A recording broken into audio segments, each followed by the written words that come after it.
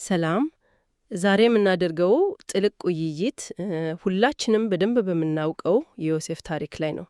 ነገር ግን ከስሩ ፍጹም የተለየ ምናልባትም አስደንጋጭ ትርጉም ቢኖረውስ?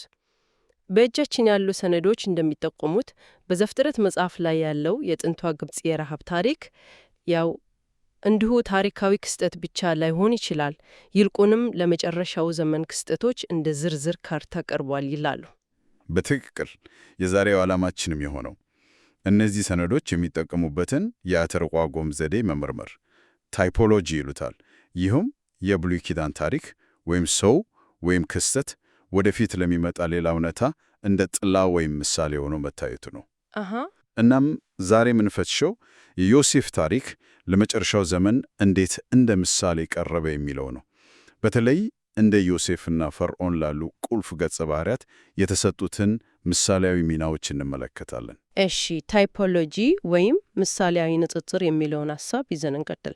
እንግዲያው ከመሰረታዊው ንጽጽር እንጀምር። በዮሴፍ ዘመን የነበረው ታላቁ ረሃብ ወደፊት ለሚመጣው ዓለም አቀፍ የምግብ ቀውስ እንደ ጥላ ቀርቧል። ይሄ በራሱ ትልቅ ሐሳብ ነው። በጣም ሰነዶቹ እንደሚሉት ሰይጣን ምግብና ውሃን በመቆጣጠር የሰው ልጆችን በሙሉ ባሪያ ለማድረግ ይሞክራል። ትንታኔው ይህንን በቀጥታ በራእይ መጽሐፍ ከተጠቀሰው ከአውሬው ምልክት ማለቴ ከ666 ቁጥር ጋር ያገናኘዋል። በግልጽ በግልጽ ይህ ምልክት ምግብና ውሃን ጨምሮ ሌሎች አስፈላጊ ነገሮችን ለመግዛት እና ለመሸጥ እንደ ቅድመ ሁኔታ እንደሚቀርብ ይጠቁማሉ። ነገር ግን እዚህ ላይ አንድ በጣም ወሳኝ ነጥብ አለ። እሱም ረሃቡ ስጋዊ ብቻ አይደለም፣ መንፈሳዊም ነው። በትክክል ሰነዶቹ ነቢዩ አሞጽ ምዕራፍ 8 ቁጥር 11 ላይ የተናገረውን በሰፊው ይጠቅሳሉ። የእግዚአብሔርን ቃል ከመስማት የተነሳ እንጂ እንጀራን ከመራብ እና ውሃን ከመጠማት አይደለም የሚለውን። ዋው! ስለዚህ በመጨረሻው ዘመን የሚከሰተው ቀውስ የእውነት እጥረት ወይም ከባድ መንፈሳዊ ረሃብም ጭምር ነው ያልን ነው። ዋናው ነጥብ እሱ ነው። ቆይ እዚህ ላይ ነው ነገሩ በጣም ትኩረት የሚስብ የሆነው። ሰነዶቹ ለዮሴፍ እና ለፈርዖን ሁለት ተለያዩ እንዲያውም እርስ በርስ የሚቃረኑ የሚመስሉ ትርጓሜዎችን ይሰጣሉ። እስቲ በመጀመሪያው በዚህ አስደንጋጭ ትርጓሜ እንጀምር።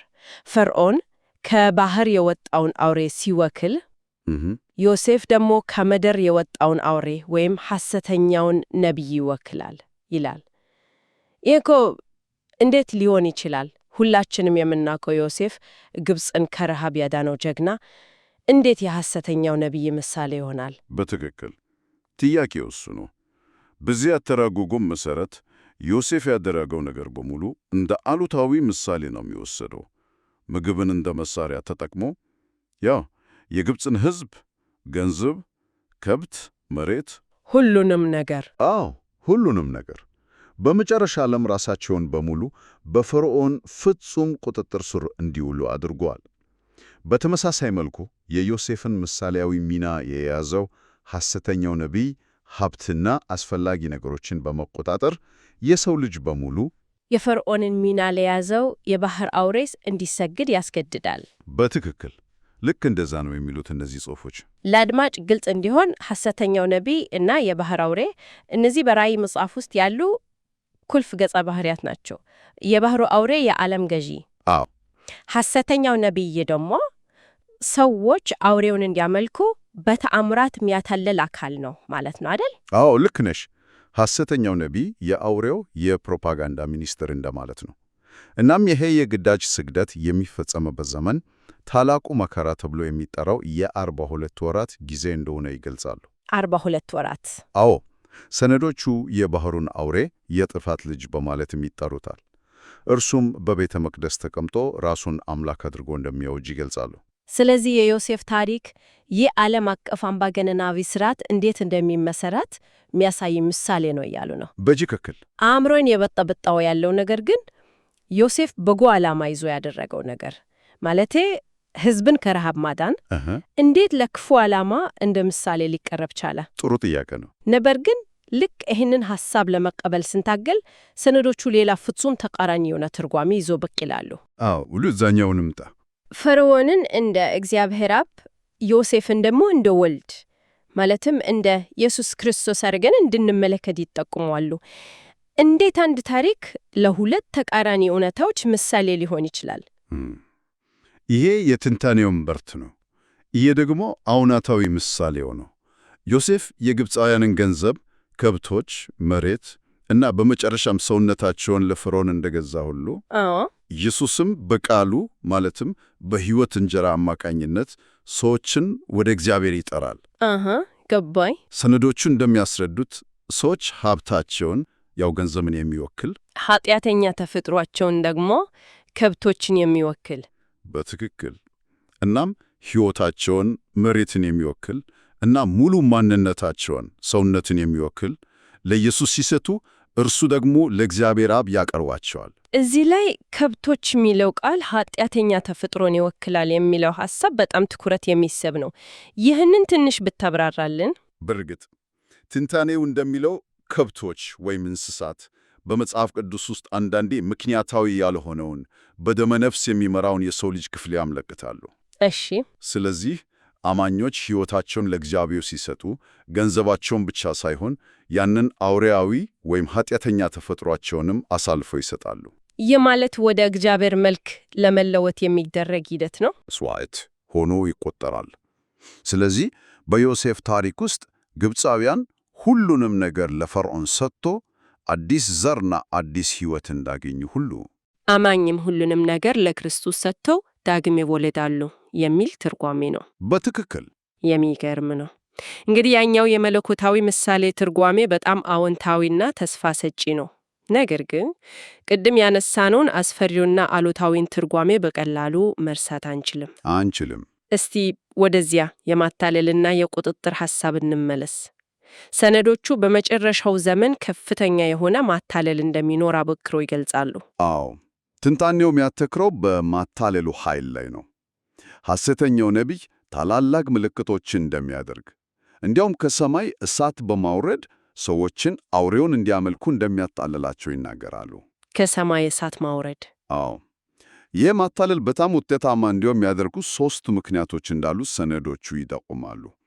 አንደኛ፣ ሰዎች በተአምራቱ ይደነቃሉ። ሁለተኛ፣ የአውሬውን ትእዛዝ ባለመታዘዝ እንዳይገደሉ ይፈራሉ። ሶስተኛው ደግሞ ያው ምግብና ውሃ መግዛት ስለሚያስፈልጋቸው ነው። በትክክል የአውሬው ምልክት ማለትም 666 እንደ ቁጥጥር መሳሪያ ሆኖ የሚመጣው እዚህ ላይ ነው። ምልክቱን ለመቀበል ፈቃደኛ ያልሆኑ ሰዎች እንደሚሰደዱና እንደሚገደሉ ሰነዶቹ በግልጽ ያስቀምጣሉ። እዚህ ላይ አንድ መሰረታዊ ጥያቄ ይነሳል። እሺ፣ እግዚአብሔር እንዲህ ያለ ኃይለኛና ብዙዎችን የሚያስተማታልል እንዲኖር ለምን ይፈቅዳል የሚለው ስነ መለኮታዊ ጥያቄ ላይ እናተክር። በጣም ጥሩ ጥያቄ ነው። ሰነዶቹ ለዚህ ጥያቄ ጥልቅ የሆነ ማብራሪያ ለመስጠት ይሞክራሉ። ዋናው ምክንያት የፍጥረታትን እውነተኛ ልብ ለመግለጥ ነው ይላሉ። ልብን ለመግለጥ?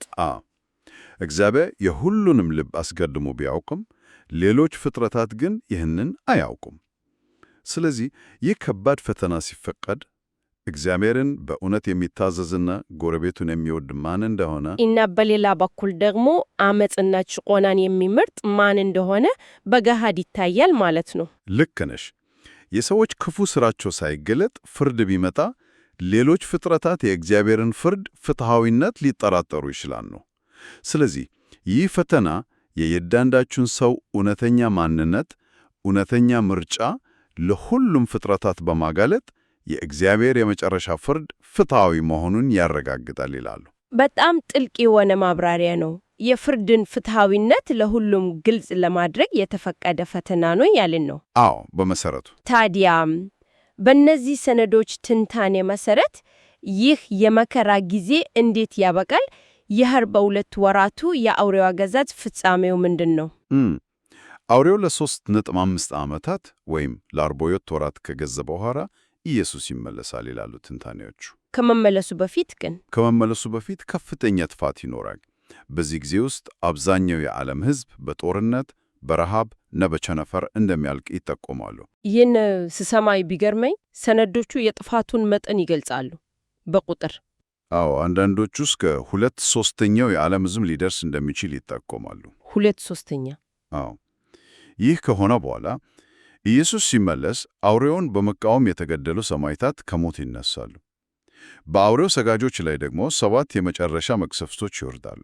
እና በመጨረሻም የመጀመሪያው ሰማይና የመጀመሪያዊቱ ምድር በእሳት እንደሚጣፉ እና አማኞች ከክርስቶስ ጋር የሚነግሱባት አዲስ ሰማይና አዲስ ምድር እንደምትፈጠር ይገልጻሉ።